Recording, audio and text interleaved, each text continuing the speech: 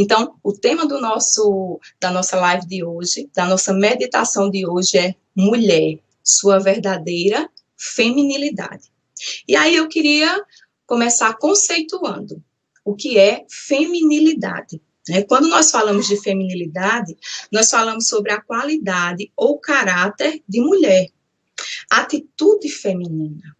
É o conjunto de atributos, de comportamentos e de papéis associados às meninas e às mulheres. Nós entramos literalmente no mundo feminino. E o que é feminilidade bíblica? É o padrão estabelecido por Deus para descrever a natureza, o caráter, a conduta e o ofício da mulher. Então, tudo que nós queremos entender sobre a nossa feminilidade, nós vamos encontrar onde? Na palavra do Senhor. O que nós somos em essência, qual o papel que nós vamos exercer, ou devemos exercer. Tudo isso a palavra do Senhor, ela nos diz, ela nos ensina. Então, esse estudo, como eu disse anteriormente, é um estudo que tem sido muito divulgado, muito falado, né, e escrito muito a respeito dele. Então, é um estudo muito amplo. Então, eu vou dar uma introdução, vou fazer um pequeno resumo para a gente poder pensar sobre o assunto, né? Coisas básicas que nós precisamos saber, mas se vocês quiserem realmente ter um estudo mais aprofundado, eu indico o livro, como eu falei no princípio. O que é que nós precisamos saber, né, a princípio? Né? A gente precisa saber que o nosso Deus, ele nos planejou. Né? Ele nos planejou com um propósito, como eu havia dito. E aí nós vamos trabalhar cinco características que nos definem como mulher, que fala sobre a nossa feminilidade. Então, a primeira característica que nos define é: somos imagem e semelhança de Deus. E onde é que nós vamos encontrar isso? Livro de Gênesis. É muito importante nós entendermos, primeiramente, que o livro de Gênesis é um livro de princípios. Lá nós vamos encontrar os princípios, né, mostrando o papel do homem, o papel da mulher, que é o princípio da criação, o princípio do casamento, do culto, de ofertas, do trabalho. Neste livro é que nós vamos encontrar. É muito importante também que nós saibamos que o livro de Gênesis não é uma alegoria, né? Que muitos veem o livro de Gênesis assim, como uma figura, uma forma de contar, por exemplo, às crianças como tudo começou. Mas não, é tanto que Cristo cita Gênesis, o apóstolo Paulo cita Gênesis, o apóstolo Pedro cita Gênesis. Então é um livro verdadeiro onde a gente pode confiar, né? Então eu queria abrir no primeiro capítulo. Se você tiver uma Bíblia, você pode nos acompanhar. Nós não vamos sair do livro de Gênesis, vamos trabalhar alguns versículos apenas, para nós entendermos sobre esse assunto. Gênesis 1, versículo 26.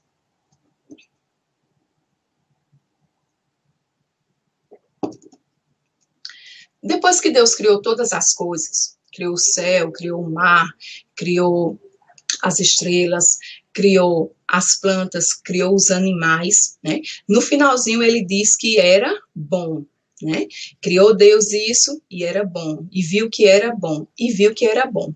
Quando Deus chega no versículo 26, ele fala de forma diferente, porque anteriormente ele dizia: haja isso, faça-se isso, mas agora nós vamos ver um detalhe bastante importante no versículo 26. Ele diz assim: e Deus disse: façamos o homem à nossa imagem, conforme a nossa semelhança.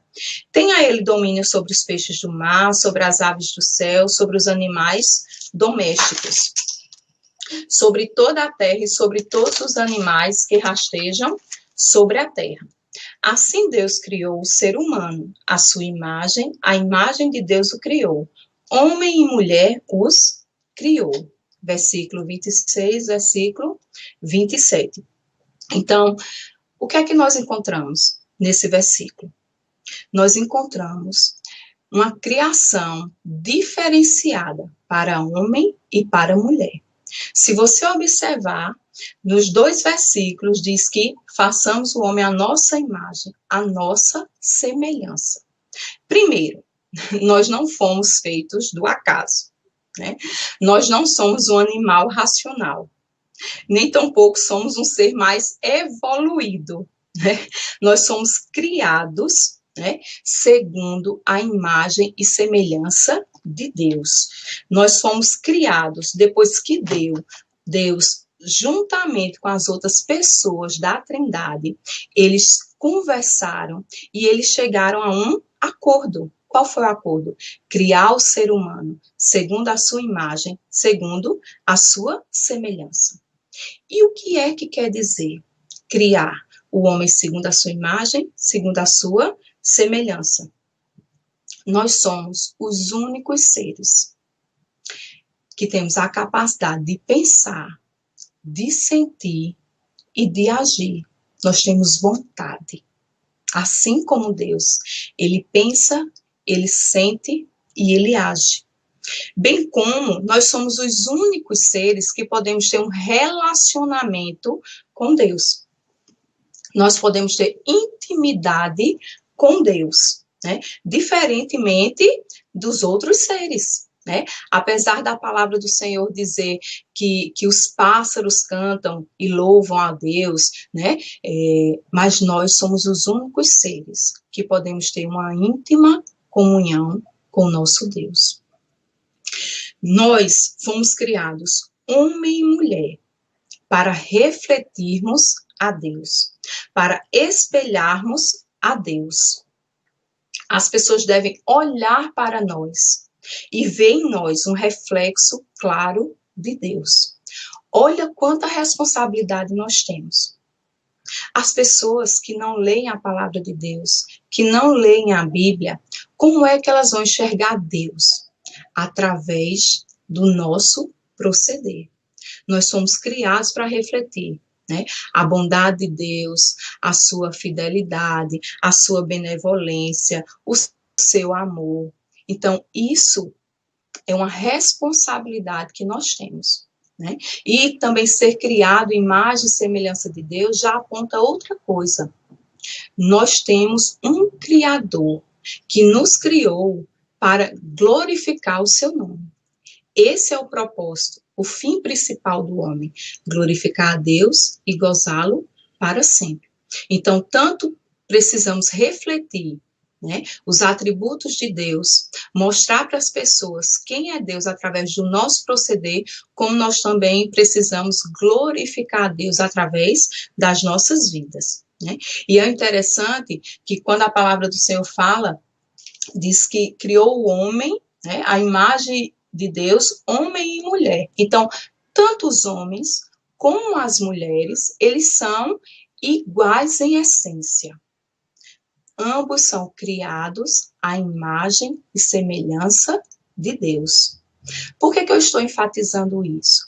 Porque no mundo feminista no qual nós vivemos, diz que os homens sempre querem ser maior do que a mulher, ou melhor, ou que a Bíblia é machista, que a Bíblia só coloca a mulher no local de serviçal, né? Só serve para servir ao homem, só foi criada para servir ao homem, mas não, né? A Bíblia deixa bem claro que homem e mulher, juntos, eles são dignos, né? Homem e mulher, eles têm o mesmo valor, né? A mesma essência, a mesma dignidade, o mesmo valor. Isso é até corroborado quando Paulo diz lá em Gálatas 3, versículo 8, que ele diz que não há grego, não há bárbaro, não há cita, não há escravo, não há livre, nem homem, nem mulher.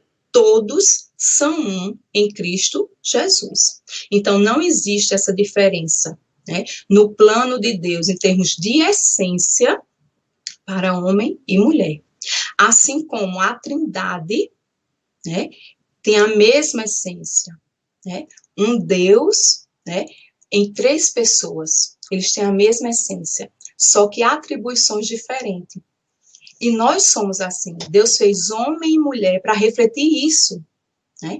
Nós somos iguais em essência, porém diferentes em atribuições. Diferentes em atribuições. E é muito importante a gente saber isso. Por quê? Porque ultimamente nós temos falado muito e ouvido falar muito, aliás, sobre baixo autoestima, né? Se nós sabemos como nós somos criados, somos imagem e semelhança do Deus Trino, não tem espaço para a gente ter uma baixa autoestima, porque o nosso valor não vem das coisas externas, não vem de uma beleza, não vem de um elogio ou falta de elogio, de forma nenhuma, mas vem, né, daquele que nos projetou, daquele que nos criou. Então, a primeira coisa que nós precisamos saber é que nós somos imagem e semelhança de Deus. Imagem e semelhança de Deus. Outra coisa importantíssima que nós precisamos saber: nós somos diferentes biologicamente. Nós somos diferentes biologicamente. E o texto do capítulo 1, versículo 27, ele diz: assim Deus criou o ser humano à sua imagem. A imagem de Deus o criou. Homem e mulher os criou.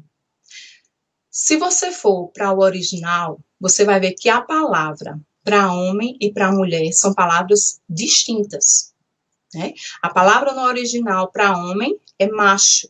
Então, tanto faz eu falar macho como homem. Os homens que estão aqui viram isso, inclusive, sábado com o pastor. E a palavra no original para mulher é fêmea. Fêmea. Então, Deus criou duas pessoas totalmente distintas. Dois sexos, né? Dois gêneros, masculino e feminino, né? E você pode perguntar, mas Islene, isso é tão óbvio? É. Mas qual é o problema? Mais uma vez volto. A nossa cultura, né, com a cosmovisão feminista, tem ensinado que o sexo, ele não é baseado no biológico, que o sexo, ele é uma construção social e psicológica.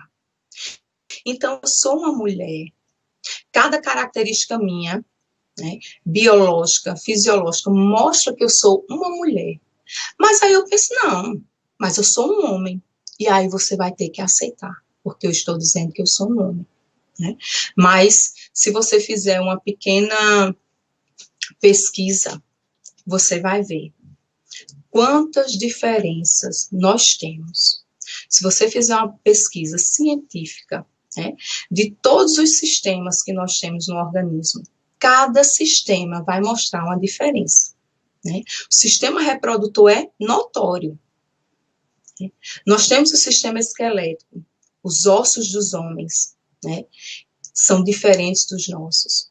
O sistema nervoso, o sistema muscular, o sistema endócrino, são os hormônios. Então, todos os nossos sistemas, eles têm uma diferença do homem para a mulher. A ciência prova isso, comprova isso, né, que biologicamente nós somos feitos macho e fêmea. E eu coloquei alguns exemplos aqui para a gente pensar, e isso vai ser importante nos outros pontos, né? Quando a gente sabe do que a ciência fala aqui, nesses exemplos. Não sei se vocês sabem, mas o cérebro do homem, ele é maior do que a mulher. Contudo, a mulher tem mais conexões do lado esquerdo para o lado direito. O homem, ele utiliza mais o lado esquerdo. Isso faz com que ele esteja ligado mais à matemática, à resolução de problemas, né? O nosso, não. A gente consegue lidar com os dois. Os dois funcionam simultaneamente. Então, isso faz com que nós estejamos mais ligados às pessoas.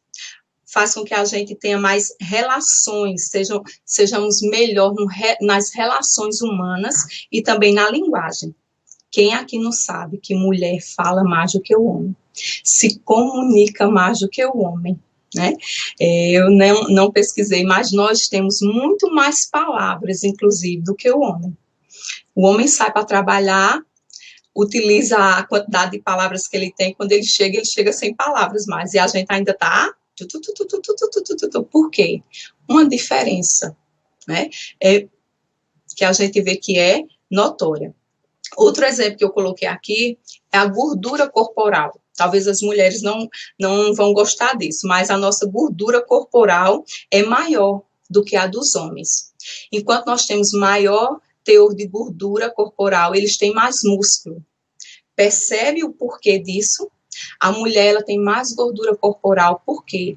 Porque a gente vai utilizar essa reserva quando o nosso filho estiver sendo gerado no nosso ventre e quando a gente for amamentar, a gente vai utilizar essa reserva de energia, tanto para gerar um bebê, como para amamentar. Olha que coisa perfeita. E o homem tem mais músculo por quê? Porque ele foi criado para o trabalho. Ele foi criado para o trabalho braçal, trabalho pesado. Por isso que eles têm mais força do que a gente. Eles conseguem pegar mais peso do que a gente. Então, dois exemplos simples, mas que tem tudo a ver com aquilo que Deus determinou, definiu para os nossos papéis, né? A mulher ligado, né, à família, que a gente vai trabalhar melhor daqui a pouco, e o homem ligado ao trabalho. Portanto, só existem dois gêneros sexuais, o masculino e o feminino. E cada um, na sua particularidade, desempenhará a função para a qual Deus os designou.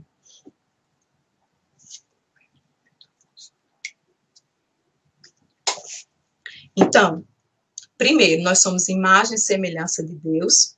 Segundo, nós somos diferentes biologicamente falando.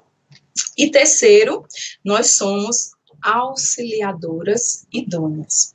Auxiliadoras idôneas. Gênesis 2:18. Diz assim: o Senhor Deus disse ainda: não é bom que o homem esteja só. Far-lhe-ei uma auxiliadora que lhe seja idônea. Depois que Deus fez todas as coisas, ele dizia que era bom, que era bom. A única vez que Deus disse não é bom foi quando ele viu que Adão estava só. Depois que Adão nomeou todos os animais, né, deu nome a cada um, né, Deus viu que não existia uma pessoa que fosse correspondente a ele. Deus viu que não havia ali uma pessoa que fosse complementar Adão. Né? Que não fosse ser sua amiga, sua companheira, sua ajudadora, aquela que ia poder junto com ele formar a humanidade, porque até então nós tínhamos meia humanidade, só existia o homem. Precisava de uma que complementasse para formar a humanidade e assim gerar descendentes, né, da sua espécie, descendentes do homem. Então, Deus disse que não era bom que Adão estivesse só. E aí o que foi que Deus fez? Né? Fez uma auxiliadora. Deus bondosamente cria uma auxiliadora. Esse termo auxiliadora é muito mal visto, porque às vezes a gente pensa que é um termo assim degradante ou um termo menosprezante, né? Você ser auxiliadora. Mas não, na palavra do Senhor é um nome honroso, é um nome muito digno. A palavra auxiliadora, no original, é Ezer, que quer dizer aquela que presta socorro, a ajudadora, a adjutora. É uma palavra tão honrosa, tão importante, que no Velho Testamento, principalmente nos Salmos, a gente vai ver Deus se definindo como o nosso auxílio. A mesma palavra, Ezer, que Deus coloca para a mulher, auxiliadora, é a palavra que ele mesmo se define.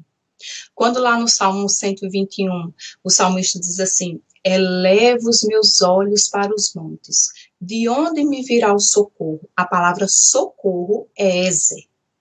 Quando o salmista diz também, Deus é o nosso refúgio e fortaleza, socorro bem presente nas tribulações. A palavra socorro é Ezer, Salmo 46:1. Quando lá no Salmo 27, versículo 9, parte B, diz, Tu és o meu auxílio, não me deixes, nem me abandone. A palavra auxílio ali é Ezer, né? Então, se Deus, que é infinitamente maior, infinitamente grandioso, né? Ele não se envergonha de ser chamado de auxiliador, né? Ele refere-se a si, né? Como a si mesmo como um auxiliador. Então nós devemos ser gratas, né? Por termos esse nome, honradas por termos esse nome, né? Mas Deus, ele não só criou uma auxiliadora, ele criou também uma auxiliadora idônea. A palavra idônea quer dizer auxiliadora que corresponda a ele. Igual, adequada, é aquela que é apta e que é capaz para exercer o auxílio. Olha que coisa perfeita, né? Deus fez a mulher para prestar socorro, mas não só prestar socorro, ele capacitou as mulheres para exercer esse papel dela. Que Deus bondoso nós temos, né? Um Deus que faz tudo perfeito, tudo completo, né? Nós fomos criadas para o homem, para sermos semelhante a ele. Você pode até substituir a palavra auxiliadora idônea por auxiliadora semelhante, né? Capaz que lhe presta socorro e que diferimos dele, né? De maneira que complementamos o que ele é, né? O que falta nele a gente vem e complementa, né? Por isso que nós somos tão diferentes, né? E sabendo disso, que Deus nos fez para ajudar, para prestar socorro, a gente não vai estar mais reclamando dos nossos maridos. Ah, porque você não sabe fazer assim, assim, assim. Ele não sabe. Foi por isso que Deus criou você para ele.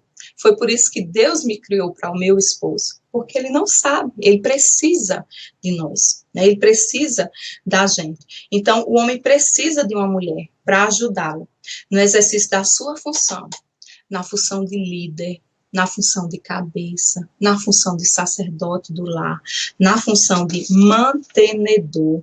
Ele precisa da gente para o gerenciamento do lar, né? Gerenciar as finanças, a educação dos filhos, na organização, naquela comida deliciosa que a gente faz quando ele chega do trabalho, né, e tem necessidade do alimento. Então, ele precisa de nós. Mas não só isso, né? Ele precisa da gente orando por ele. Quantas coisas a gente não precisa orar a Deus, pedir a Deus para que ele ajude, abençoe, capacite, dirija, oriente, ajude os nossos esposos a exercerem o papel deles, porque não é fácil o papel deles.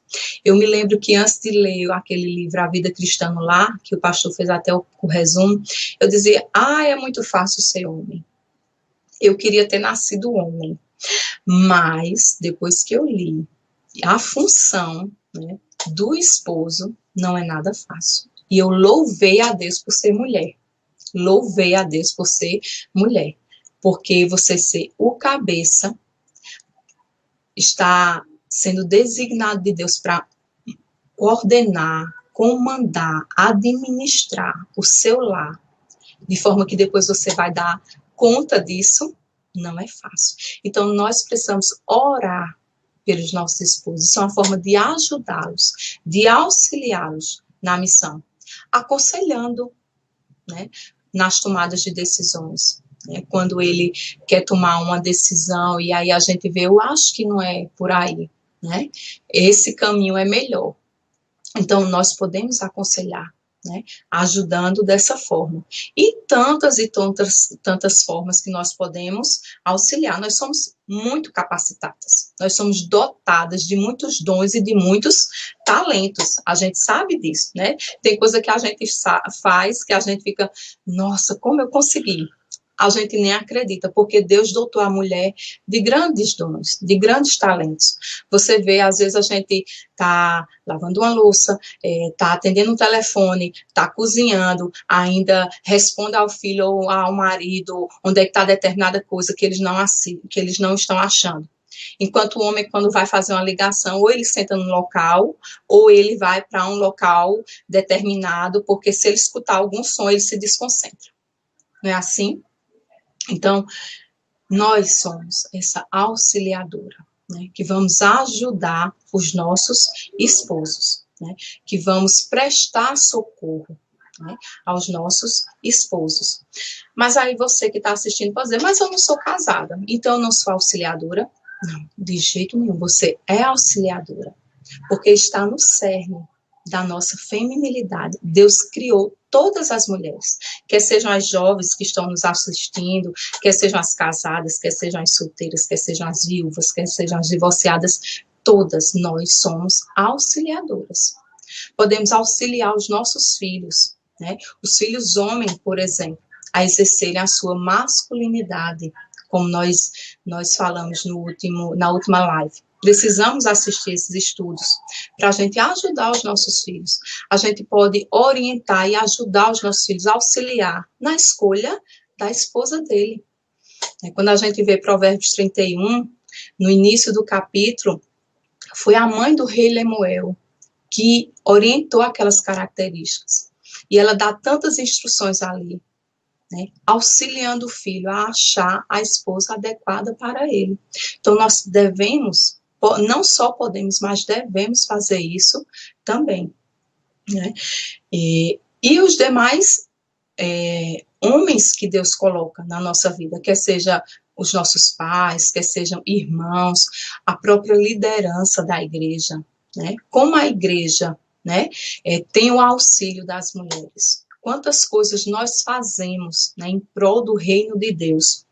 Então, nós precisamos exercer, né, essa nossa característica, esse nosso ofício de auxiliadoras idôneas. E isso se estende ainda mais. Começa no lar, com os nossos esposos, né, os nossos familiares, a nossa igreja e para todas as outras pessoas. Então, nós podemos ser auxílio para amigos, para vizinhos, para colegas, para pessoas desconhecidas. Né? Então, são várias as formas que nós vamos ser aquela que presta socorro. Nesse período mesmo de enfermidade, né? Podemos estar ligando, né? Dando uma palavra de ânimo, palavra de consolo, mandando mensagem, né? Procurando saber como as pessoas estão, orando com elas, orando por elas, né? Dispondo do nosso recurso financeiro quando for necessário para ajudar. Então, tem tantas formas que a gente vai exercer o nosso auxílio, tantas formas que a gente vai ser essa auxiliadora idônea, né? Então, são muitas formas mesmo. Então, nós temos mãos para ajudar, né?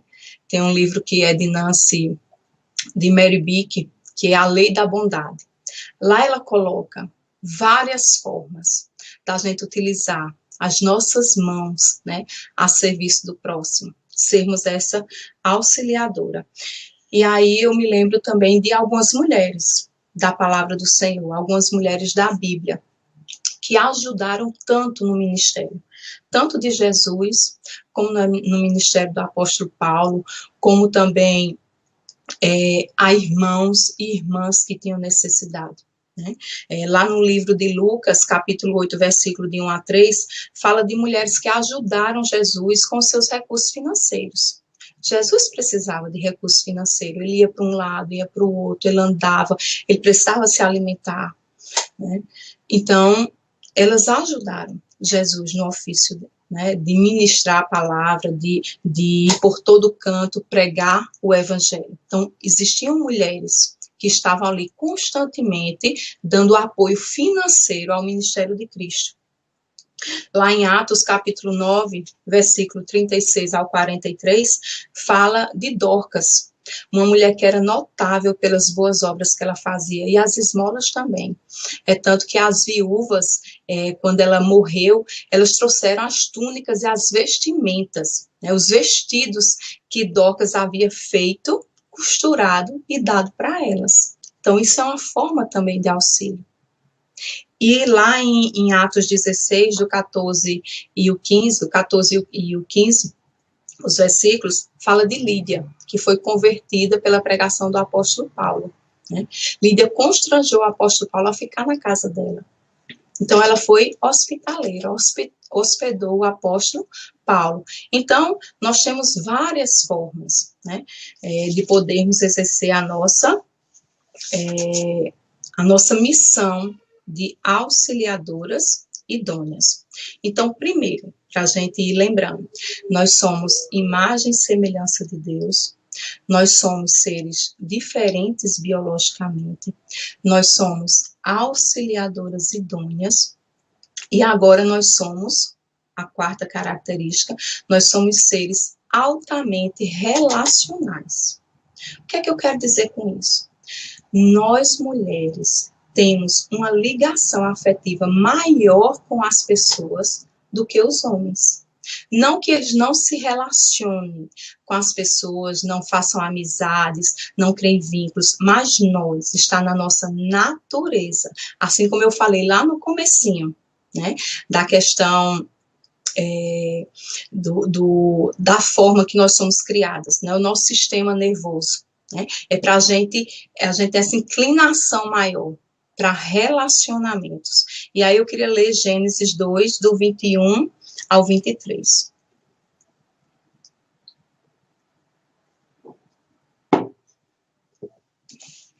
Diz assim: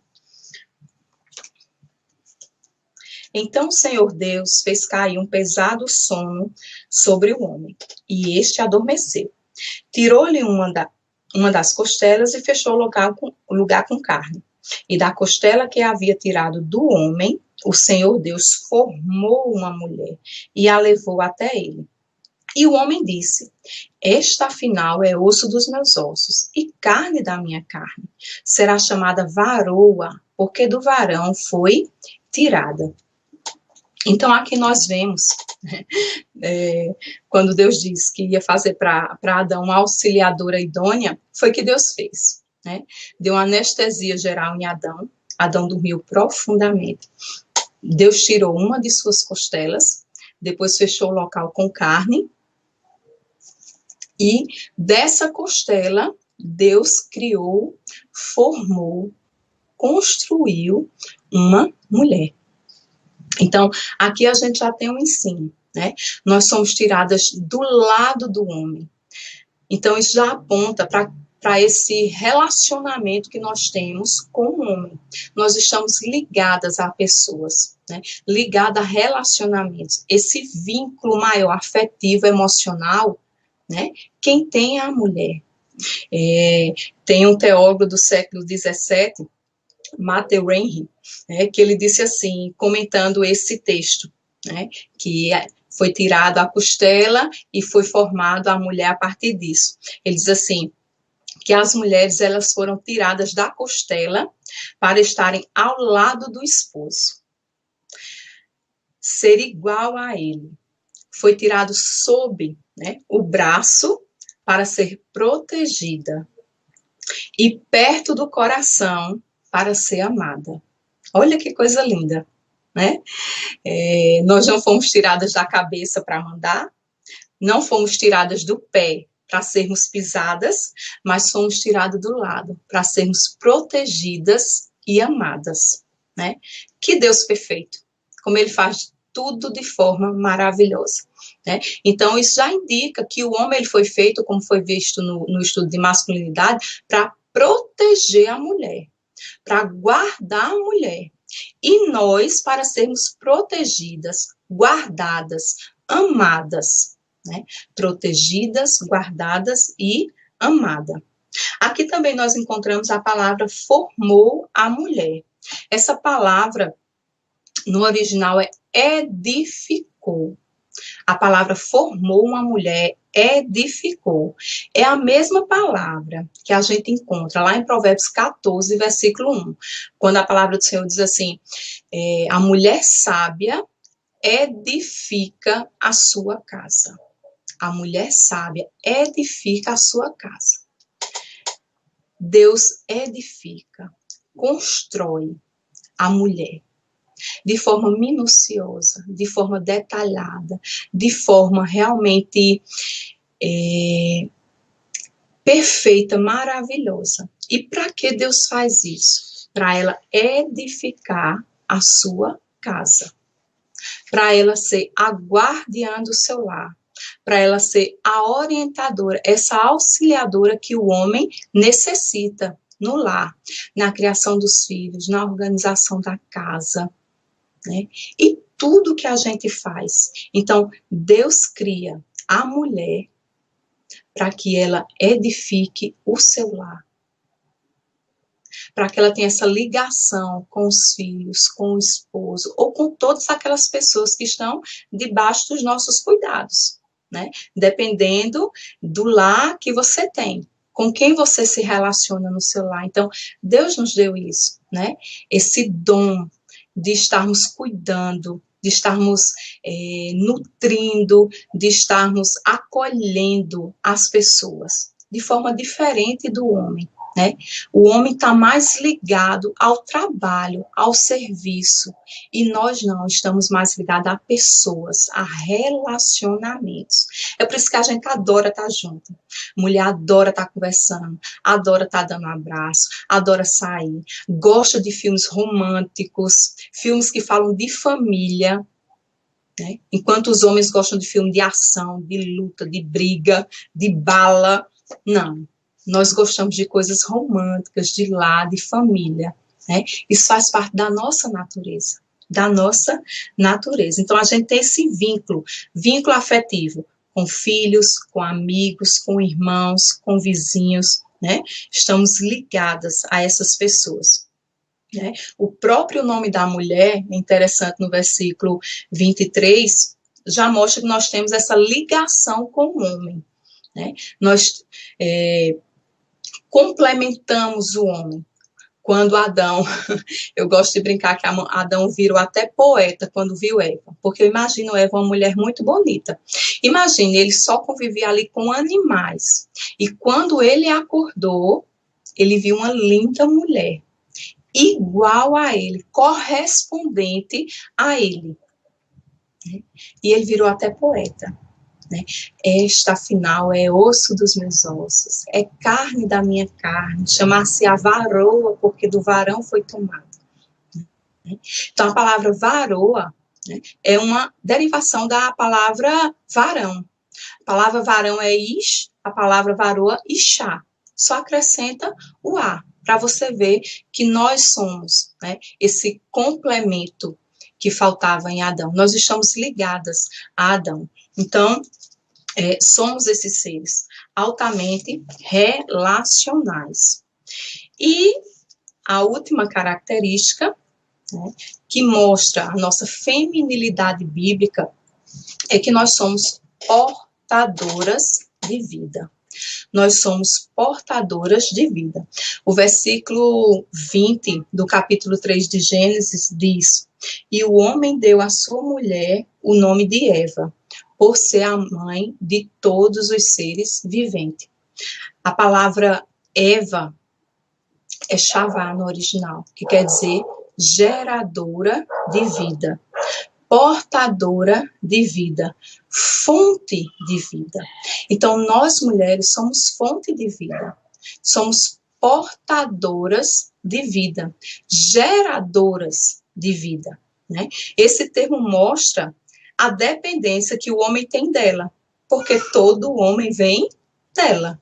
Né? Então, você veja, né? Nós somos criadas para o homem, mas o homem vem de nós. Então, tem essa ligação, essa dependência. Né? Também nos mostra que um dos propósitos do casamento é a geração de filhos. Infelizmente, mais uma vez, o pensamento feminista né, tem dominado e tem tirado, né, a visão correta do que é ter filhos. Filho tem sido empecilho, filho tem sido despesa, filho tem sido atrapalho para a carreira, né? Então as pessoas não querem mais ter filhos na nossa cultura. Infelizmente não querem mais. E aí a gente não tem mais gerado filhos, uma descendência santa, que vá propagar o evangelho, né? Que vá continuar levando a palavra de Deus, né, aos filhos dos seus filhos. Né? O que ouvimos e aprendemos, diz o Salmo 78, o que nos contaram nossos pais, não os encobriremos aos nossos filhos.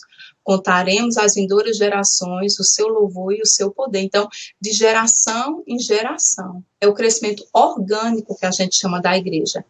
Pessoas crentes, casal crente, geram filhos crentes. Filhos que vão amar o Senhor. Mas se nós não tivermos filhos, como é que vai ser as futuras gerações? Como será, né? Ou como serão as futuras gerações? Se os crentes de hoje não querem mais ter filhos. Não querem mais ter filhos. Os muçulmanos têm 5 a 6 filhos, comparado com os cristãos que só têm um. Então, por que eles estão crescendo tanto? Porque eles têm filhos. Porque vão levar a religião deles, a fé deles adiante. Então, nós precisamos entender e compreender, né, que filho é bênção, que filho é graça do Senhor, é dom de Deus, é bênção de Deus. Então, nós temos, né, essa natureza para gerar filhos. O próprio corpo da gente já indica isso. Né? O útero para acolher, né? A amamentação, a forma como nós nos envolvemos emocionalmente. Então, todo o nosso corpo, todo o nosso psicológico, nosso emocional está voltado para a gente ter filho. E eu queria fazer, lógico, não vai dar para eu ver, mas vocês podem fazer agora ou posteriormente, após a live. Eu queria que vocês depois se levantassem e estirassem os braços de vocês, rente ao corpo. Né? Façam isso. Depois, relaxadamente, vocês baixam os braços, fiquem em pé, baixam os braços e relaxam os braços. Né? Depois, você vira a palma da mão para frente.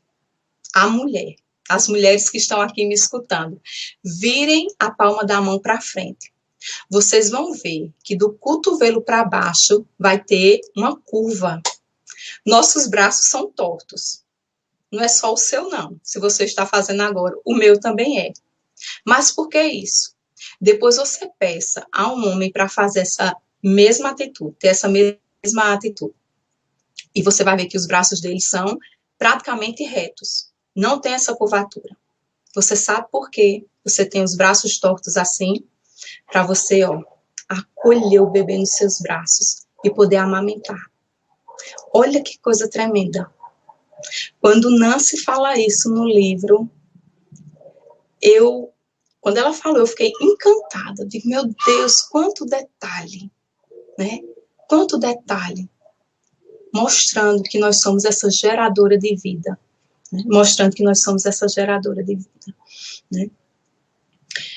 Então, tenhamos coragem. Peçamos a Deus coragem. Peçamos a Deus condições para termos filhos. Você que é novo que está nos assistindo, você que tem condições, né? Quando eu digo condições, condições físicas, né? Você coloca diante do Senhor, né? Filho é bênção. Filho é bênção. Né? Infelizmente, muitos têm se preocupado em cuidar de animais, não que isso não seja importante, mas as clínicas de aborto têm matado milhares e milhares de crianças. Milhares e milhares de crianças. E aí, uma aplicação para aquelas que não têm filho, que já tiveram, que cresceram, para aquelas que ainda não têm, né? Para aquelas que são casadas, que ainda não têm, para aquelas que são solteiras, né? Geremos filhos espirituais. Né? Você pode gerar filhos espirituais. Você pode ser a geradora de vida do seu lar. sendo graciosa, sendo amorosa, sendo bondosa.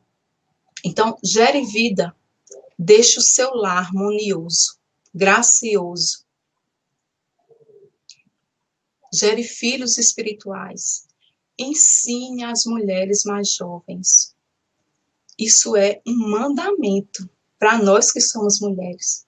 Tito 2 deixa isso bem claro, que as mulheres mais velhas ensinem as mulheres mais jovens. Então, somos geradoras de vida. Se não for filhos biológicos, filhos espirituais. Filhos espirituais. Então, concluindo, Deus nos deu meios graciosos para exercermos a nossa feminilidade. Quando nos humilhamos e nos submetemos à sua palavra, veremos os frutos brotarem naturalmente e cumpriremos o propósito para o qual ele nos criou, para o louvor e glória do seu nome. Para o louvor e glória do seu nome. Porque, em última instância, a nossa feminilidade não diz respeito a nós mesmos, mas diz respeito à glória de Deus, a exaltarmos a glória de Deus, que o nome dele seja honrado, exaltado e glorificado. E glorificado. E eu queria terminar com palavras de uma serva do Senhor. Depois vocês procurem a história dela, é tremenda. Elizabeth Elliot. Ela escreveu um livro quando a filha estava prestes a casar, mostrando o papel da mulher. Deixe-me ser uma mulher, o título do livro. E ela coloca assim: somos chamadas a ser mulheres.